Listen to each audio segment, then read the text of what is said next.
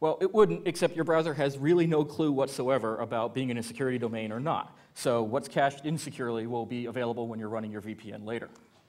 So how many hotspots have a landing page where you have to agree the EULA or sign in? Most of them. They're not usually on HTTPS until you go to sign in. So that's a good target. So if I control your pre-landing page, then I can control your browser. So I can control iframes, pop under windows, or just AJAX queries that go nowhere or go to a div that's set invisible or something. So I just have to guess, the top 50 sites you're likely to go to, and while you're signing in, your browser's in the background running JavaScript loading the top 50 pages I think you're going to go to, in which case I'll keep spiking them with cached attacks against you. So I can request content multiple times. So the landing page JavaScript just has to search the data it got back for its query and go, well, that didn't work, I'll request it again. So now if you can guess a site, you can own arbitrary content before they run their VPN. Let's take it one step further. So VPN allows you to get to what? Internal sites? Yeah. So if we control layer 2, do we control our protocols? Yeah, we sure do. DNS. Wait for a DNS query, set the QR bit, tag an IP onto the back of it, send it right back over Wi-Fi. DNS pwn is also in Metasploit now. So, yep, yeah, the YAML config file, set it up to match domain names you want.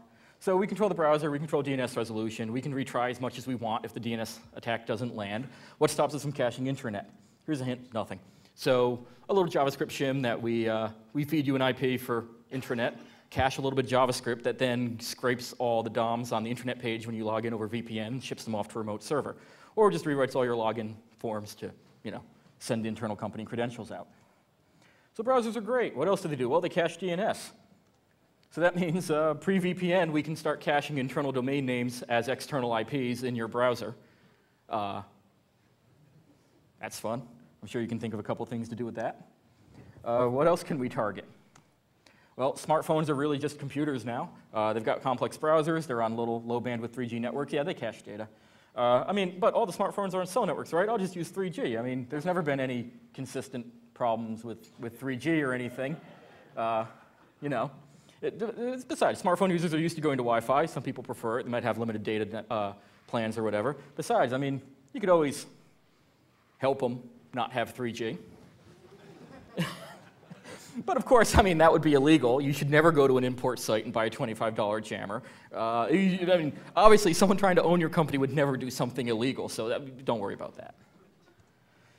So where are we going to go from here? Better Metasploit integration with our layer 2 attacks, better dynamic content generation based on the target. We're running it all in Ruby. Why don't we have something that's a little bit smarter? Integration with Egypt's browser autopwn stuff. So we've more or less figured out how to defend access points. It's much harder to defend clients, especially when they go off and wandering around in the world on insecure APs. If you're using an open network, sites you think you can trust, you can't. Sites you think have no trust model, you're suddenly trusting not to own you. Attacks will stay around until you clear the browser, and your users might be coming home with something really unpleasant. This is bad even for us. I feel kind of bad. I've ruined Wi-Fi for myself at this point. I think people that aren't security hackers, professionals, aren't going to even stand a chance at noticing this happening to them. You may already be screwed. I told you this would be depressing. What do we do to fix it? Well, we can try to use a VPN. It's a start. There's still the attack vectors for it. That's easy for us. It sucks for most users. It's really hard to enforce. Users don't like having to run another program before they get their porn. You can do SOX tunneling over SSH, it's the same thing. You can mandate updates on your users, that's easier said than done. You can prevent users from taking laptops onto open networks. Good luck. If you can make it happen, then, by all means.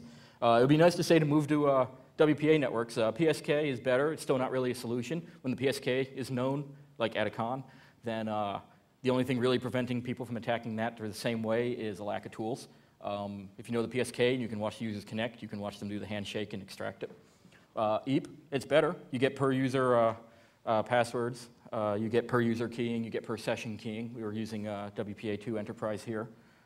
But it still requires SSL. If the cert's signed by a common CA, then your supplicant's going to accept any cert I give. Like, oh, you were signed by VeriSign? Well, funny. I can go get VeriSign to sign a cert for my perfectly legitimate site that happens to have the same SSID. If it's signed by a self-sign, the user has to accept certificates. Users are really good at determining validity, aren't they? No, they're not. It's hard to deploy secure public networks. Some vendors can solve it with custom clients. There's various hotspot vendors out there where you have to run their Windows client that knows all their networks and has their certs built in and whatnot. But that means running random binaries you downloaded off the internet with admin privileges because they're reconfiguring your network. It ties you to a specific OS version they support. And so that's not really very good yet. What can you do? Well, we can manually enforce security domains. You can use different browsers, run Firefox for normal and Opera for logging in. You can manually clear the cache. I don't really like that one because I don't like the idea that someone's running exploit code on the system to begin with, even though I might have mitigated them running it again later. Never keep Windows open, so even if you're in private browsing mode and you don't have cache turned on, keeping Windows open between security domains means you've got the same code still running in your browser. It's scary. You forget once and you're screwed. Thanks to RSnake, HD, Toast, Renderman, Jesse Burns, and everyone else who's listened to me rant about this over the last couple of years. So URLs to good stuff. I think I came in at exactly the right amount of time. That was 100 slides.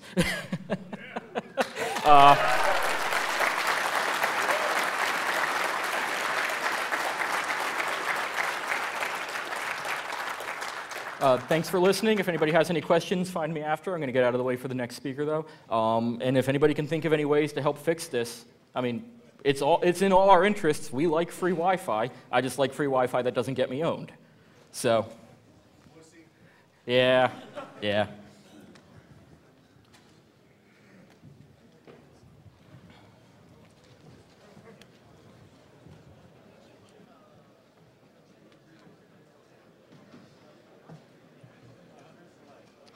$108.